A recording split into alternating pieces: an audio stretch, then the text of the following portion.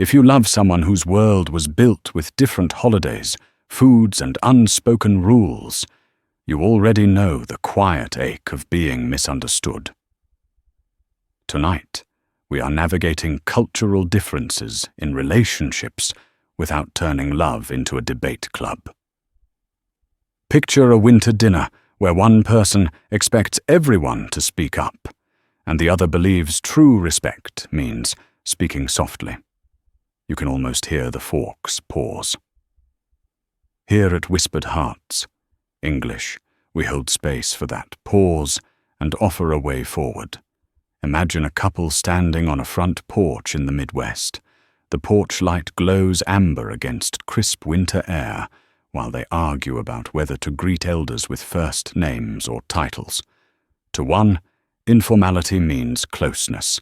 To the other, it sounds like disrespect. The door is still closed, and inside, family laughter is already flowing. Differences do not have to mean distance. They become distance when we label them as disrespect, danger, or defect. Research shows couples who name what is different, without rushing to fix it, stay connected longer.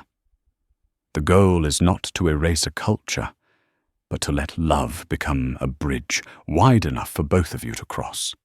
There's a shift that changes everything.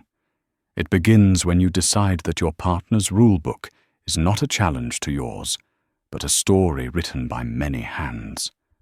The aunties who taught rituals, the teachers who set expectations, the neighborhoods that shaped silence and volume, all had their reasons. When you treat those reasons as legitimate, your body softens. You stop bracing and start listening. Curiosity beats certainty. Certainty says, "My way is normal." Curiosity asks, "What does this mean where you're from?" It is the difference between assuming a late arrival is rude and learning that the evening begins when everyone has arrived safely.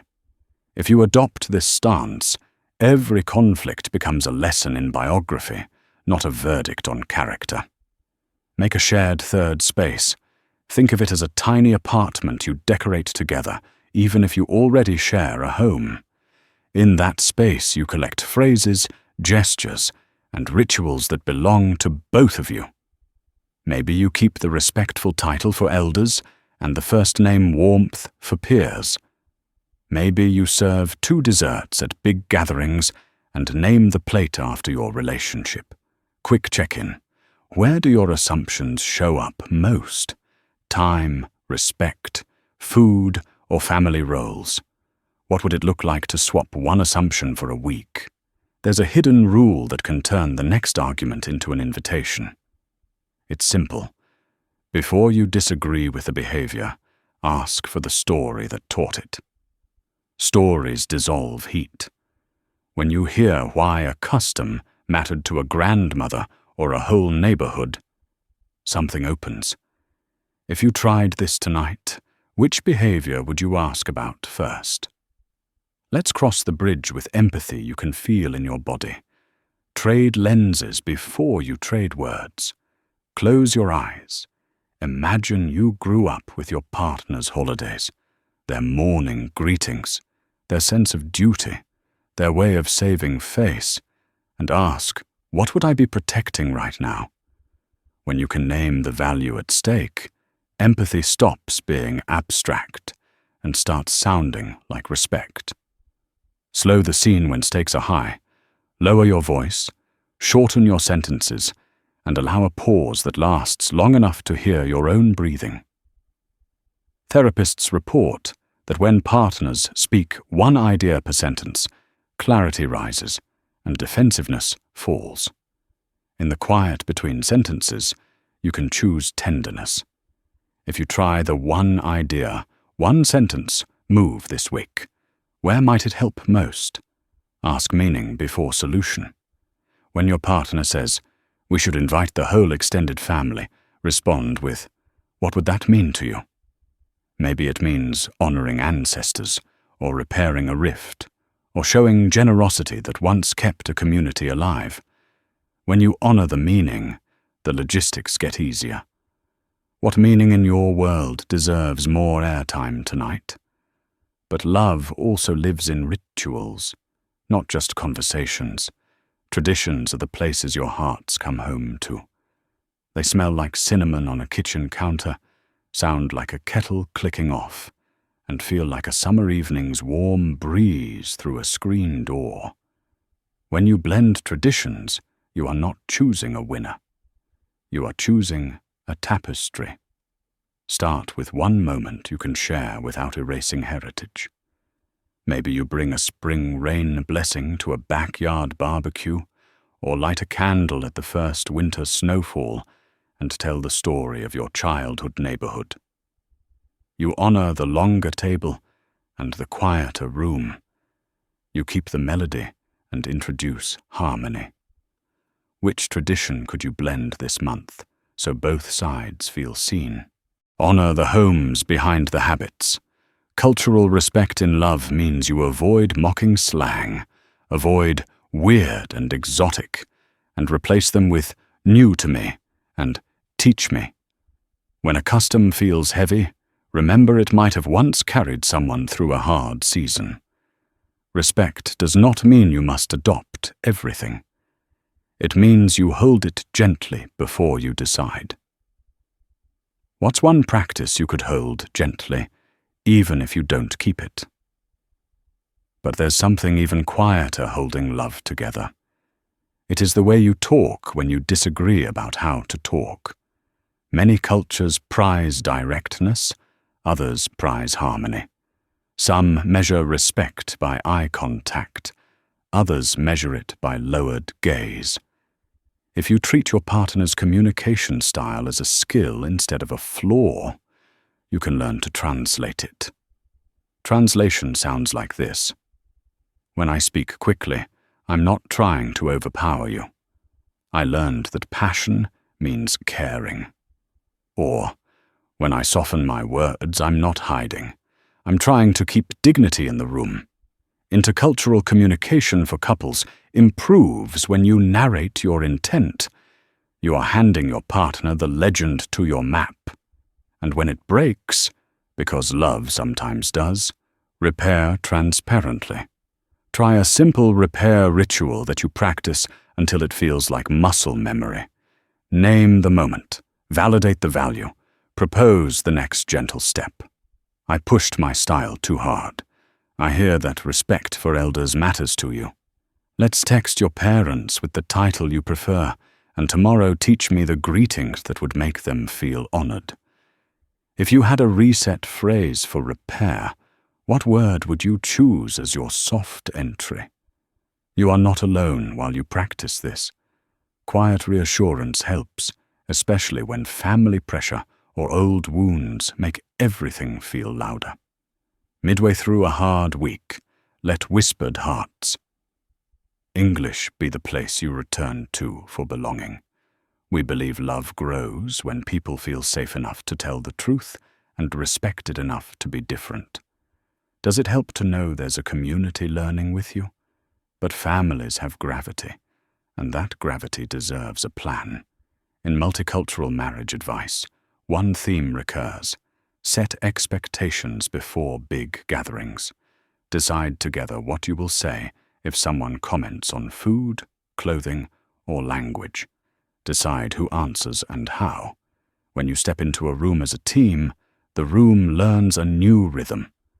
Boundaries can be loving. You can affirm an elder's intention while redirecting the impact. We appreciate your care. In our home, we're doing it this way. You can use humor when safe, and silence when wise. You can leave early without making drama the main course. If you could place one boundary that protects both dignity and connection, what would it be? But protection is only half the story. The other half is celebration. Blending traditions in relationships is an act of creative joy. Design one recurring ritual that belongs only to the two of you. Maybe it's a Sunday playlist that alternates languages, or a gratitude toast at dinner that includes phrases from both families. Small rituals change the weather in a home. Build symbols you can touch. Hang a photograph of both hometowns side by side. Keep a recipe box with cards from each culture written in your own script. Start a shared calendar that marks both holiday calendars so you can plan travel and rest. The more your home shows who you are together, the less you will feel forced to pick sides. What object in your space could become a bridge? Practice time the way you practice language. Some cultures move by clock time, others move by event time. Compromise by choosing which moments require punctuality and which invite flow. Maybe the airport is strict and the family dinner is soft. Maybe the workday is crisp and the weekend breathes. Where could you draw this line with kindness? Give each other a meaning check during heated moments. When your partner says, "We need to host," they could be protecting face, building community, or honoring a promise. When you say, "We need quiet," you could be guarding mental health, budgeting energy, or resisting performance. If you reflect the meaning back first, you lower the shield. What meaning of yours do you wish your partner heard more often? Let the seasons coach you. In autumn, when the air turns thin and leaves go copper on neighborhood sidewalks, practice letting go of one small ritual that no longer serves you. In spring, when the scent of rain hangs above city crosswalks, try planting a new tradition and see if it takes root. In summer, host a small gathering at dusk when the heat breaks. In winter, choose one gesture of warmth that speaks home to both of you.